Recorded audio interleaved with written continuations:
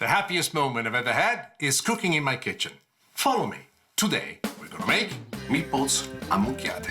Braised, mixed up meatballs in tomato sauce. Meatballs Agglassatu. The sauce. Oh, mamma mia. Braised chicken meatballs with a Parmesan cream sauce. A unique and different way of approaching meatballs. And today, you're gonna find out why life is like a plate of meatballs. Come for the recipes. Stay for the story.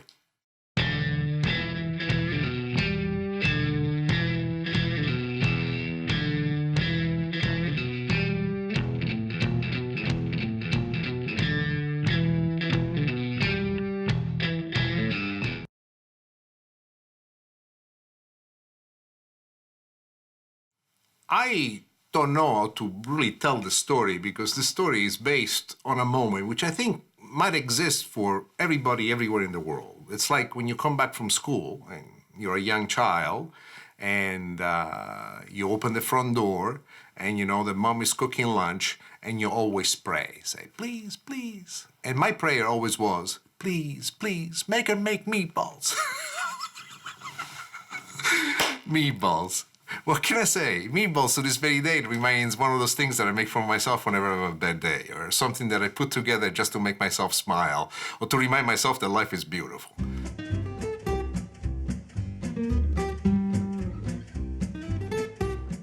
This is one of my latest discoveries and one of the most fun dishes that you'll ever do for your family. Let me show you how to make it.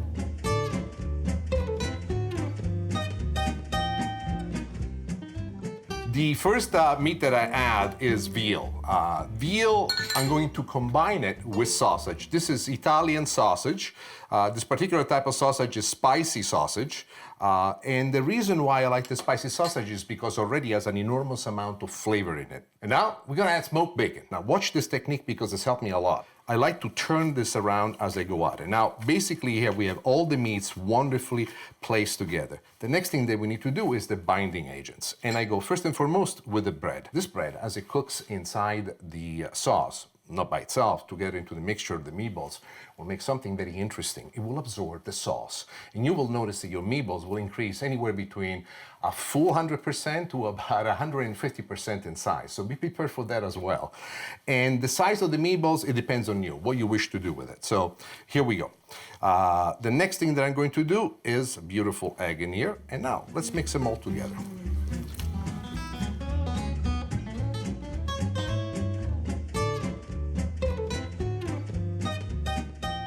The meat is perfectly mixed, and here comes the flavor pack. And the flavor pack is Parmesan cheese. And I like to add a lot. By the way, my preference would be pecorino, but in my house it's not gonna happen. My wife only likes Parmigiano. So what you want to do at this point is put it in. You notice I put no salt, no pepper. And people say, why? What do you do it this way? There is a reason why I do it this way. There's plenty of salt and pepper already into the combination of spices that are giving flavor to the sausage. To add some more at this point would be almost too much. And there you go, like this. Now, the next thing that we need to do, we need to shape these meatballs. And let me show you a little trick that you're going to love. Always have something right next to you, so you have a place where to place it. This is 1/3 of a cup. Why am I using this? I'm using this because it's very helpful in basically allow you, especially if you're making a lot of meatballs all at once, to make them all of approximately the same size. Also, what I do, I pop it right out and you see what it looks like. And this is the part that I love the most. You know, the circumference of it is perfect, but it's not done. To do the meatball, here's what we need to do. Squish it together as exactly as it is. The excess that's still sticking to your finger, isn't it wonderful that you have gloves? You can just shake it off, and then you start doing this. Now, watch the position of the thumb and the palm. I create like a welcoming, and this is about the size that we're going to do all of our meatballs.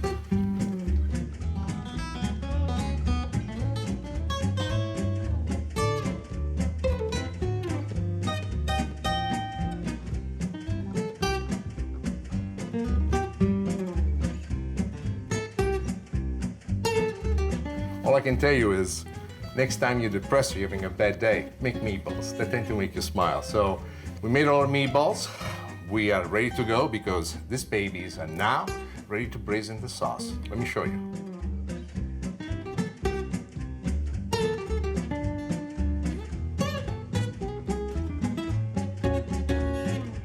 we have the oil nice and hot, reduce the heat to medium. You never want to cook beyond medium when it comes down to a sauce. And first we go with the sofrito. Here are chopped carrots, a chopped onion. The French chefs call this mirapoix. Wonderful name, by the way. Together with the onions, we go with the celery, finely chopped celery that I added to it. Why? Why are these three elements so important in the making of the sauce? In every sauce, in every soup, these three elements are almost like the mathematical perfection of what the base is. Now, I want to take this base to a direction that I have chosen, which is not the common direction when it comes to meatballs. So the first thing that I'm going to do is salt. You definitely need to have salt in here. Sea salt is the only salt that I like to use. A little bit of pepper as well. And then the secret, brown sugar. Why? Once again, the concept of yin and yang, the concept of an idea that sometimes opposing forces result in a single force that has the dynamic of the two united forces, and a third element, a mysterious element that I call yin and yang, which really brings out the flavor. In this particular case, the reason for that can be broken down. Look, as I mash down the brown sugar, you can see the molasses already, which is part of the brown sugar, incorporating itself into the sauce. But this is just a base, and this is only on a small few ingredients. Let's go now with the herbs. Fresh herbs, very important to us. Sage. Sage is an herb that I think has an enormous amount of value, but sage seldom is paired with the likes of fresh thyme. You can use dry spices, but keep in mind that the amounts need to be a half, because when the spice is dried in the production of dry spices, the volume reduces almost by 50%. And the last thing that I like to do is a little bit of addition of parsley. Nice green parsley. We're gonna let this cook a little bit longer until it softens up. We're still doing this on medium heat.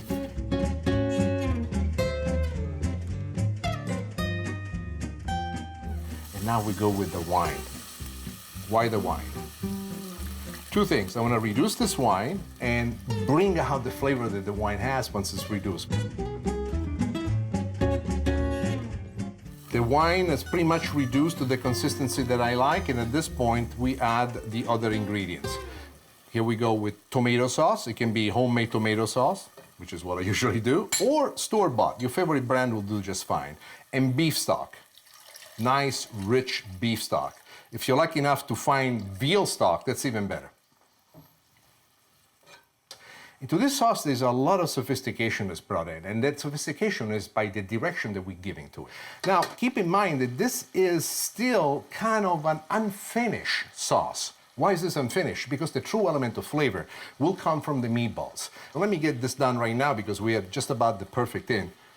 As we add the meatballs, in the process of braising inside the sauce, they gently cook, and they have a completely different structure of the type of meatballs that you're accustomed. This has to now braise for about 35 to 40 minutes. And what you will notice is two things. Not only the sauce will have dramatically reduced, and as I cook it with no cover on it, because I want this free evaporation of all the liquids in there. And when you're left with this so intensified, so full of flavor, it's absolutely spectacular. So for right now, let's just let these meatballs be, and we'll come back once they're braised for 35 minutes.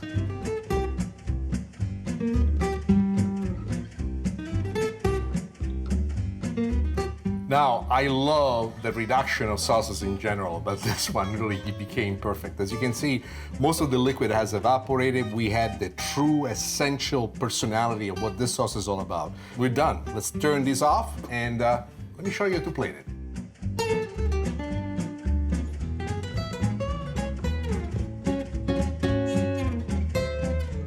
Now, to you, these are just meatballs. I call them mixed up meatballs. But these mixed up meatballs have everything that's best about me. Intelligence, ambition, the willingness to dream, and the fact that so many years later, I can almost cook as good as my mom and dad. And this is how you make mixed up meatballs.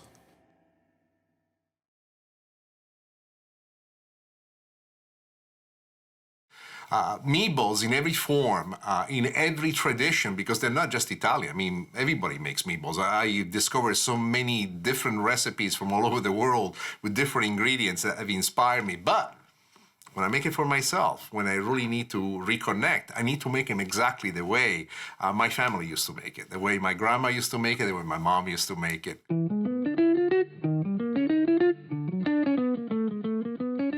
let me show you how to make this wonderful rendition of my Agglassatu meatballs. Let me show you how to make it.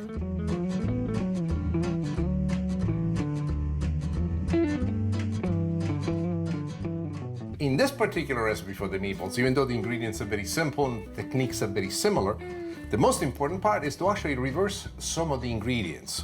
And meaning, first we add the bread, then I add the egg in it, and then I add the cheese. By the way, this is Parmesan cheese that I had it finely ground. The bread I shredded instead of chopping or cutting. By shredding it, I put it into a food processor, just give it a couple of quick whips. Now I'm going to be adding the meat, and immediately I will start to mold the meat into the mixture. So here we go. This is basic beef. Whatever grade you can get your hands on it. Usually what I like to do is 90% to beef and 10% fat. Usual technique, you turn the bowl. You want to incorporate the bread so that by the time we're done with the mixing of everything, you no longer see the difference between the bread and the meat. Why is this important? Well, the technique is very Sicilian. I mean, Sicilian moms and grandmas all throughout the years that they made meatballs, they made the piece of meat go even further by adding a lot of bread, usually cut in cubes. And you could always see the cubes inside the meatballs. Is that a problem? Not at all. They taste fantastic. This one, I just wanted to see if I could make it a little bit elegant. Just about ready to go. This is a 1/3 cup. You don't need to use the technique, but it allows you to make all the meatballs roughly almost the same size.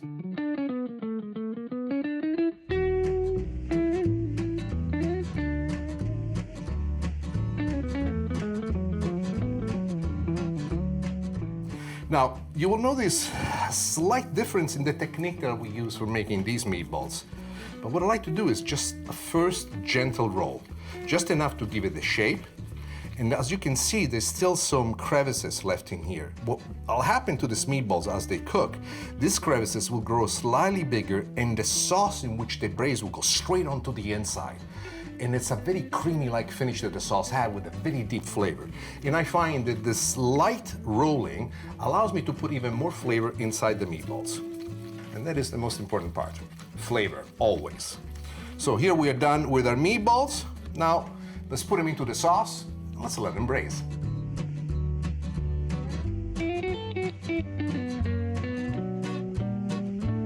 What we have in here is some olive oil that's getting nice and warm. We're cooking this on very low heat, so all that we have in there is medium heat. So we go with a lot of white onions like these.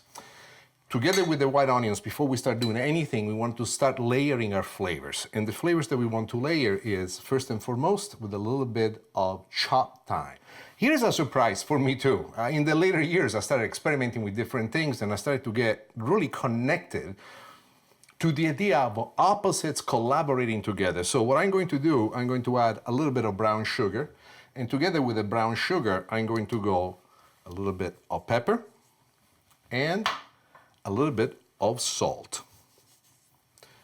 This base is something that needs to be cooked very long and very low heat. So the first thing that I want to do is to just mix everything together so that you can see it nicely incorporated, especially the brown sugar into the onion. That's all that we want to do. And we want to turn this into a cream. But how are we going to get it there? Well, the secret is a Sicilian wine known as Marsala, from the town of Marsala in Sicily. Another great thing that a Sicilians invented by mistake. And we're going to add the Marsala wine right here onto our onions. We're going to bring this first to a gentle boil by cranking up the heat, but very gentle. As soon as it gets to a little bit of the bubbles forming, we're going to reduce this to medium-low.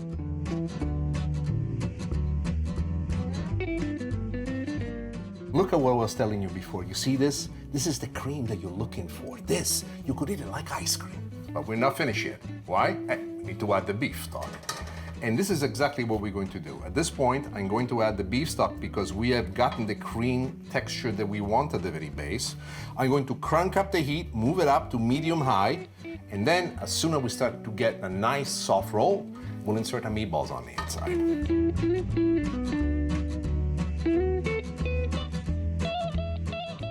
Here we have our sauce simmering away the way you want to. Actually, it's a gentle boil. And I like to start with a gentle boil. And at this point, gently we start introducing the meatballs into the sauce.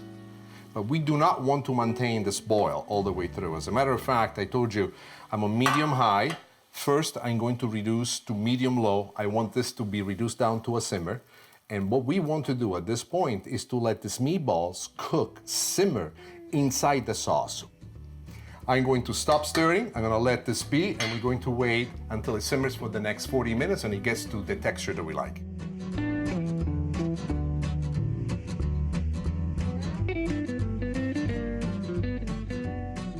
Now, what you've noticed is how much the sauce has reduced. I brought it exactly to the consistency that I want. And now we're ready to plate.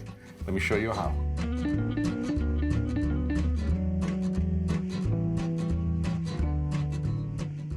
Not only it looks beautiful, and I look at it on how nice and tight the sauce is, the flavoring that's about to come out, but the thing that turns me on the most is the memories that this brings of my youth. The fact that I'm able to reproduce it in my maturity makes me happy. And the fact that I get to share it with you, I hope that you will have many happy moments with your family sharing this dish, which is very easy to make. It's inexpensive, and it's full of flavor. And this, ladies and gentlemen, this is how you make Meatballs Agglassatu, Sicilian style. But the best part is, when you take the first bite of a meatball, at least for me, there's something that happens inside my head where suddenly everything in the world makes sense. The world is beautiful. It's sunny every day. Even if it rains, all I can see is the sun. It makes me smile, both in my face and inside my heart. It's like a time machine. A meatball is a time machine. A properly done meatball is something that takes you to the most beautiful place you ever thought of.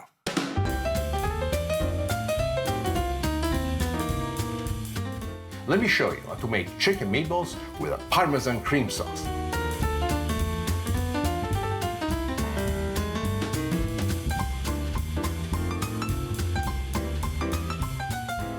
For all the husbands out there that occasionally get in trouble because they don't do what their wives want them to, this is the recipe that will get you out of the doghouse. How do I know?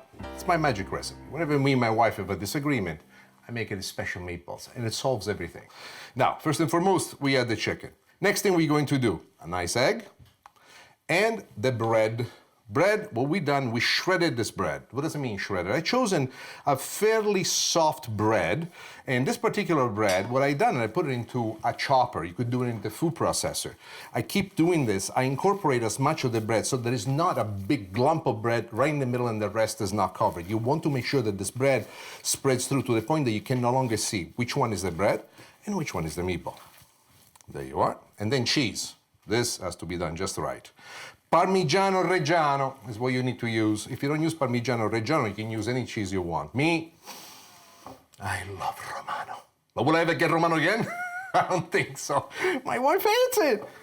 So every time I make a batch for her and a batch for me. That's the only way you can resolve it. Remember, peace at home is far more important than anything else you can imagine. All right. Now, let's shape this into meatballs. Once again, here I go with my 1/3 cup that I use as a measure. And so what I want to do is make it as much as this, and then what I love, it allows you to just do the same movement over and over, and then focus on how to roll it.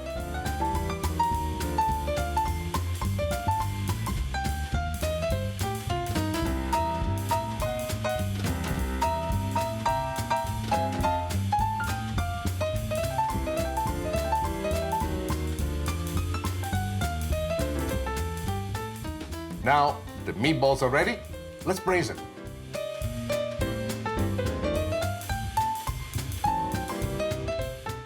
Let me show you how to get the sauce started, because at the base of it all, the sauce is the essence of it all. We have a little bit of oil in there in the pan. I'm gonna start with what you see me do over and over and over again, the beginning of a soffritto. What is a soffritto? A soffritto is always the base that most of us use for just about anything. If it is a sauce, if it is a soup, it starts with onion, and then we have some celery that goes along with it, and some carrots. Now, to make sure that this particular flavoring base has a direction, I'm going to add the spice of thyme. I find that thyme at this particular junction really brings out and elevates the flavor of it all. So, You want to let these cook for just a couple of minutes until they start to soften up inside the olive oil. And as they are cooking, and I'm using a medium heat, the next thing that I want to do is to impart the flavors that will give a direction to where this will go. So we go first and foremost with a little bit of salt. Always, I love to use sea salt. Then we put a little bit of pepper. And you can use even white pepper if you want to. At this point, I want the sauce to stay true to itself. So what I'm going to do next is the beginning of what I've learned recently as the yin and yang. So all the elements of the flavoring in there, this is a little bit of brown sugar. Now, I'm not adding anything that would have coloring to it. The only thing that I want to do at this point is to go along with the wine. And people say, what wine? I like it white. So here we go. What is the wine doing at this point? We have to look at the element of the wine. We have all of these flavors right now combined as we gently sauteing the sofrito. As the wine reduces, the essence of the wine, the flavoring agent of the wine will be wonderfully encased, wonderfully entrapped into this mixture. So we're going to cook this until most of the wine evaporates.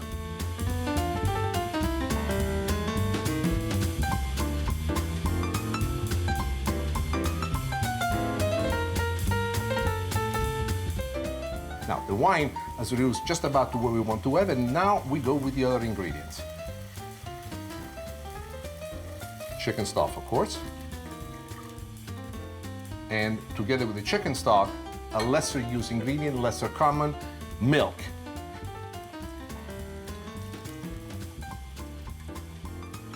Now, we're gonna crank up the heat, and we're gonna bring this to a boil.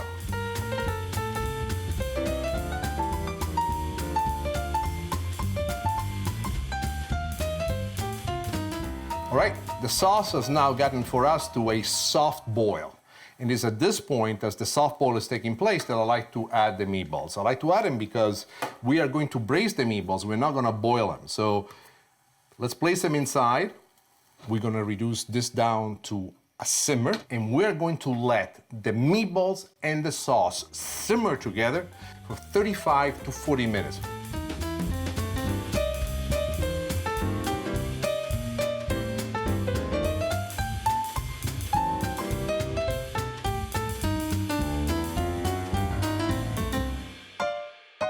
The most exciting thing has happened. The sauce has reduced perfectly. The meatballs are braised into the sauce. They're wonderful and tender. The first thing that we want to do, at this point, the meatballs are cooked perfect. I want to take them out, and we are going to keep them warm here while we finish the sauce. Let's talk about the sauce for a moment. Do you remember the beautiful sofrito that we put in? And here you can see a little bit of the carrots, but the sauce is not finished, in spite of the fact it's pretty close to the consistency that I want. The first thing that I like to do with the sauce is to add a little bit of grated Parmesan cheese. And this is what we're going to do. This is going to give the sauce the element that we want. And then when you're at this point, I want to make sure that you have the heat on medium-low and stir the cheese on the inside. This already thickens up the sauce quite a great deal. Make sure that you break down the cheese so that the cheese is completely on it. At this point, what I like to do, once all the cheese has melted, I want to turn off the heat completely. There is plenty of heat. The next addition is the last ingredient, is butter, softened butter. All that we want to do at this point is to just melt the butter in there. This butter will work as a binding agent full of creaminess and butteriness to it, giving an elevation of flavor as you've never seen before. Well, the sauce is ready, the meatballs are ready. Let me show you how to plate these guys.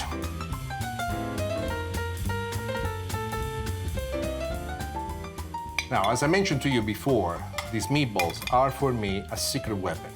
Every time my wife and I have a minor disagreement and we still do not get along on matters, I use the secret meatball. So, for all of you husbands out there, and wives at the same time, who occasionally get into trouble with your spouse, look at these meatballs as a way to get you out of the trouble house. And this is what life is all about.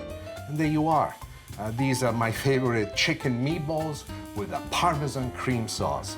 And this, ladies and gentlemen, is how you make paradise in your kitchen.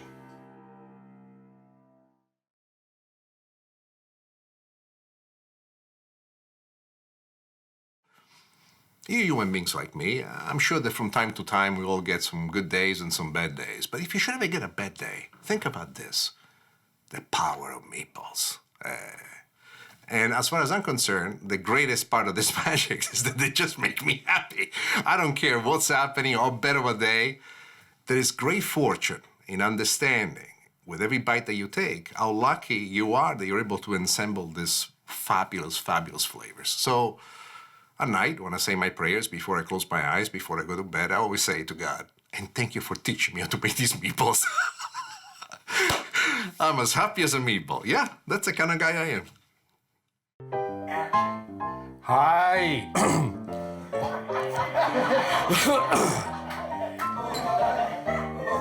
Braise meatballs in tomato sauce, or as you all know it, meatballs. Braised meatballs in tomato. Ready? Hold on, everybody silent.